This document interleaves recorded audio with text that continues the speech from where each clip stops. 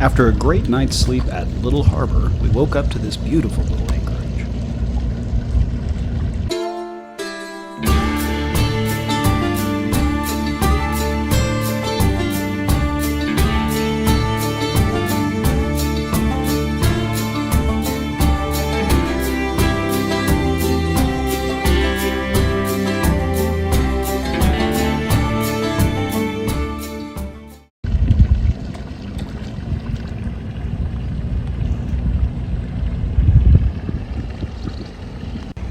This was mostly going to be a boat day, since we have a lot of distance to cover to get from there to the Great Guana Cay. Plus, we were making a stop along the way to do some snorkeling, a second attempt at Mermaid Reef.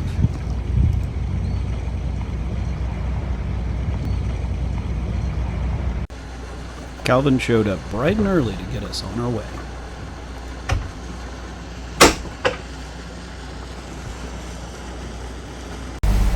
Got some Robert fixed breakfast, the breakfast burritos this morning.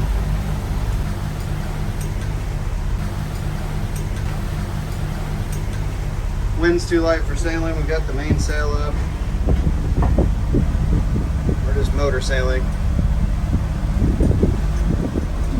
Heading to Guana Cay. Mains up, motor sailing, got about 1500 RPMs. We are moving at 5.4 knots. The apparent wind speed is 13.2. True wind is 10 knots. And you can see we've only got 12 feet of depth, and we're kind of going through this little channel right here.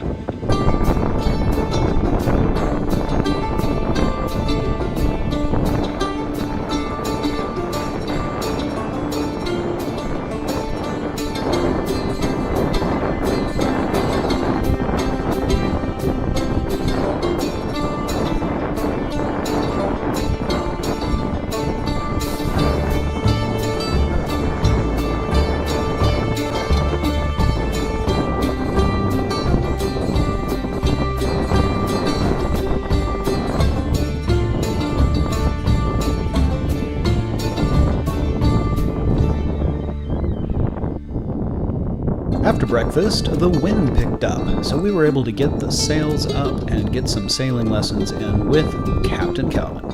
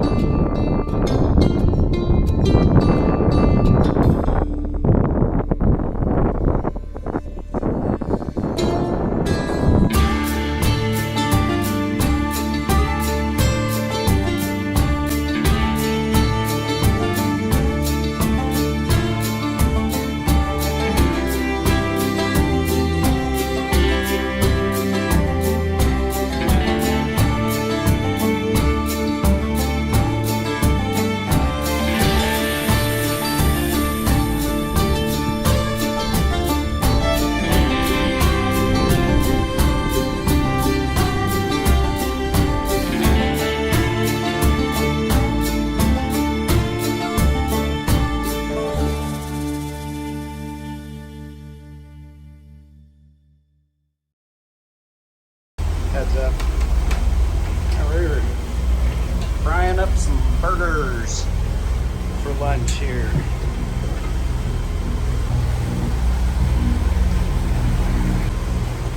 Lisa's observing.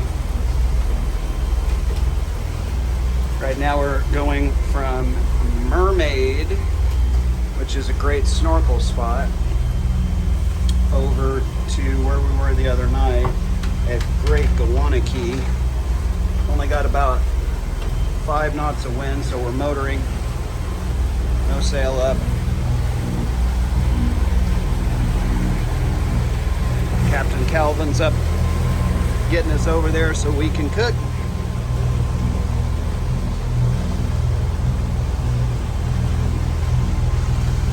The onions had to go to the back of the boat because they were very evil onions.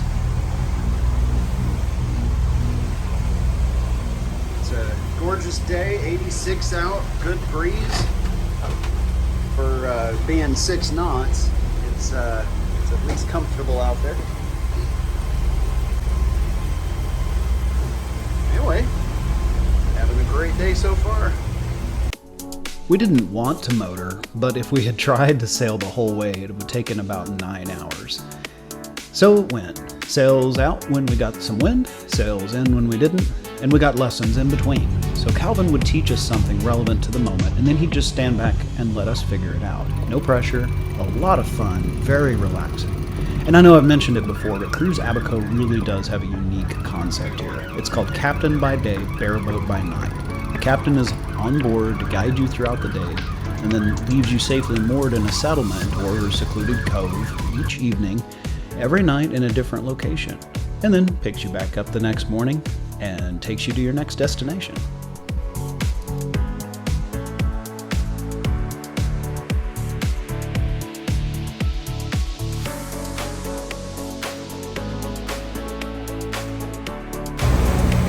That is a boat killer right there.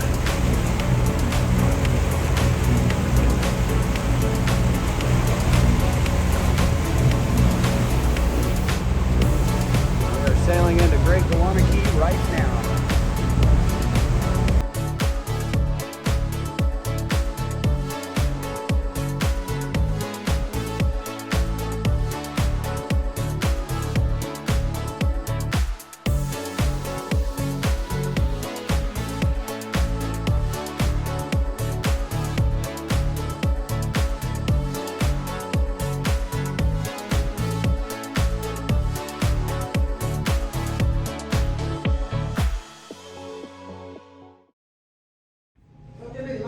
This is the grocery store on Great Guana Cay. Needed some water. Pretty well stocked. Not at all what I expected. Pretty cool stuff. Also got liquor and wine and beer.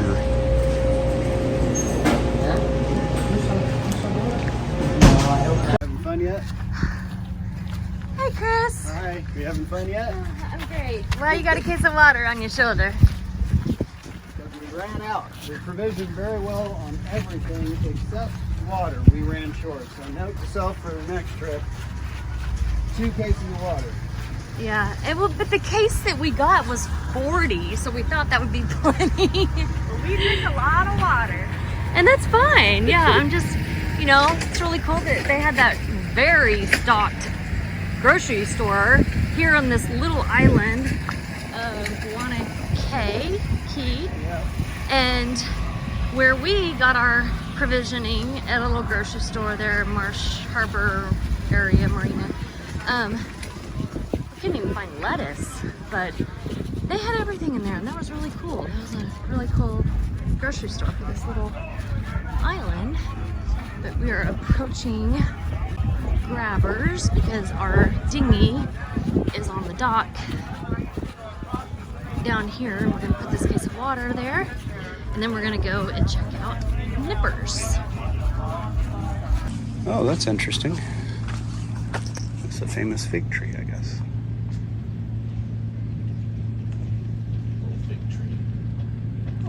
So we're heading to check out Nippers, making the trek, kind of like we did the other day, but with the whole group this time. And there's the road that goes to Nippers, right by the dive shop. Primary transportation mode here is golf cart.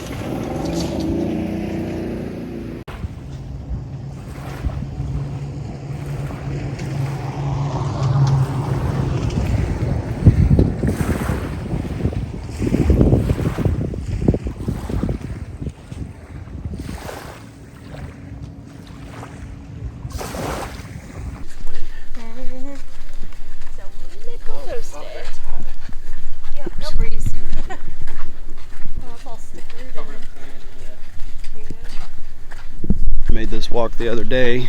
You've already seen that video. But of course Nippers was closed. So now we're going back. And even better, we've got Carissa and Robert with us this time. So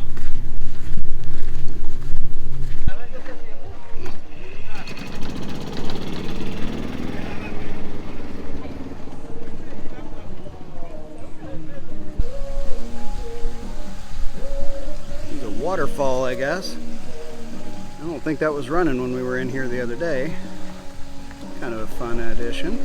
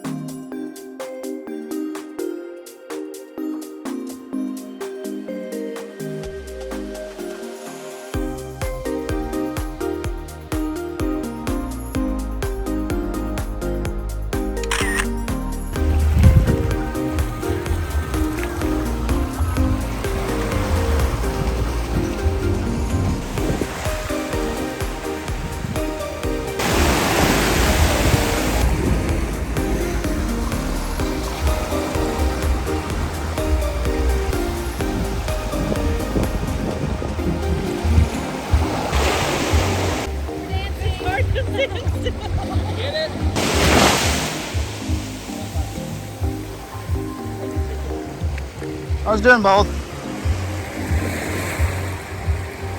They get annoyed at me because they can't tell whether or not I'm doing a video or a picture. And I don't give them warning properly. And they're right about that. I just kind of pick up the camera and start shooting. This is probably the most beautiful water I've ever seen. This is probably one of the most beautiful beaches I've ever seen. Mostly probably due to the water. A bad place to put a pretty kick-butt restaurant, too.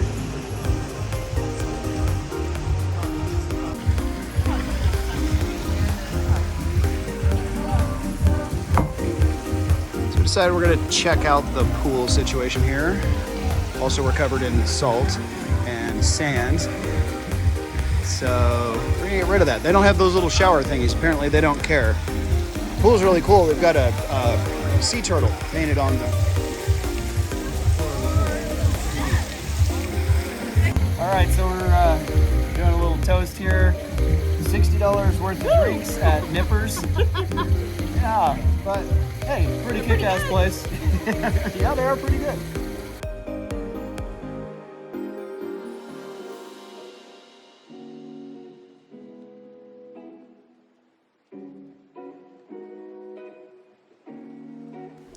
Okay, so Nippers was playing some really great music, unfortunately just a little bit too loud, and if I actually put it into this video, it'll get banned on YouTube. So just as a quick summary, the nachos, the conch fritters, and the blackened fish sandwich were completely amazing here.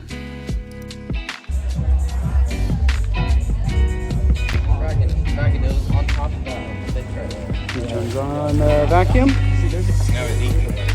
Yeah.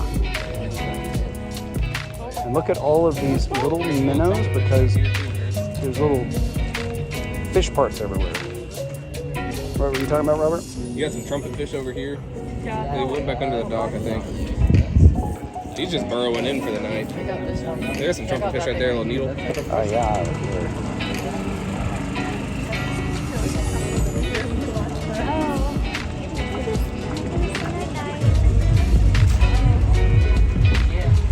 Off the dingy dock. We were just getting ready to go back to the boat for some Sundowners, and this guy showed up.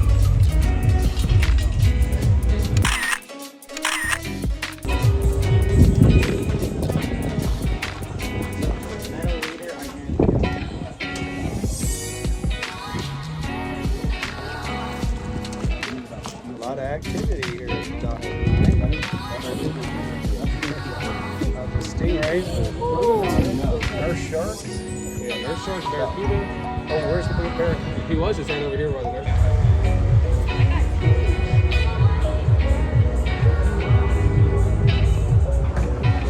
There's our battery. That thing would not be on.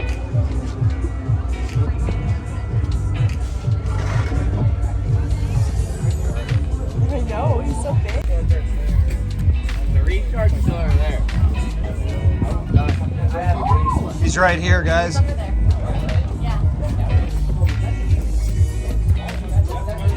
There's a fish right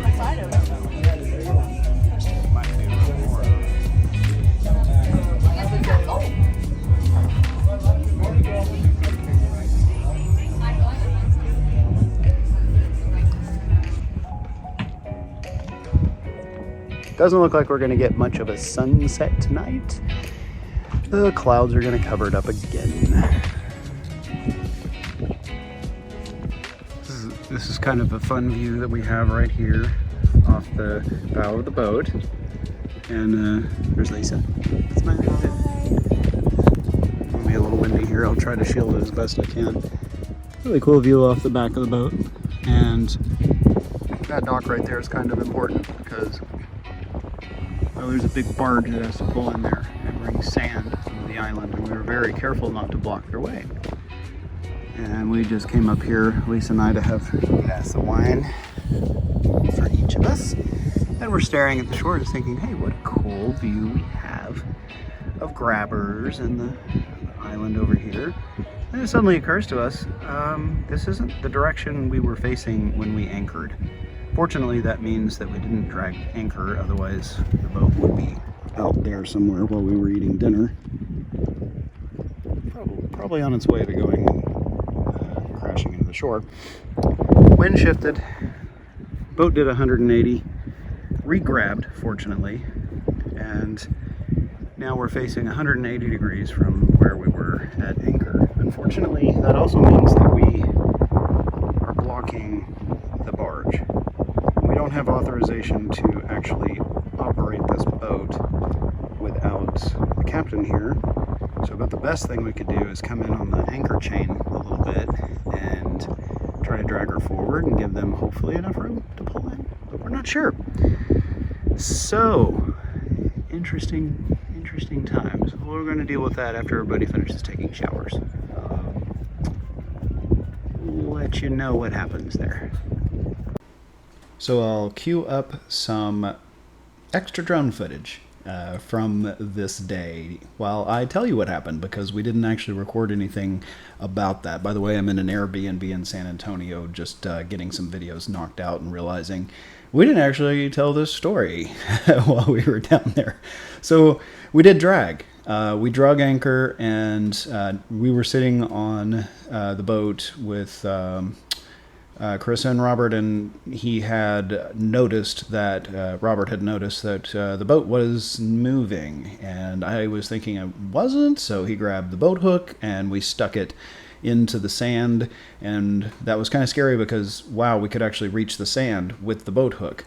That's not good. And sure enough, it started moving. So yeah, the boat was headed toward shore, and so we fired up the motors. We got it in a position to reset the anchor. I know that we said that we're not authorized to actually fire up the engine with the captain by day, bareboat by night. Well, obviously they're going to let you fire up the engines on the boat and save it from running aground. They would much rather not lose an $700,000 vessel over this. So anyway, this was a bad night.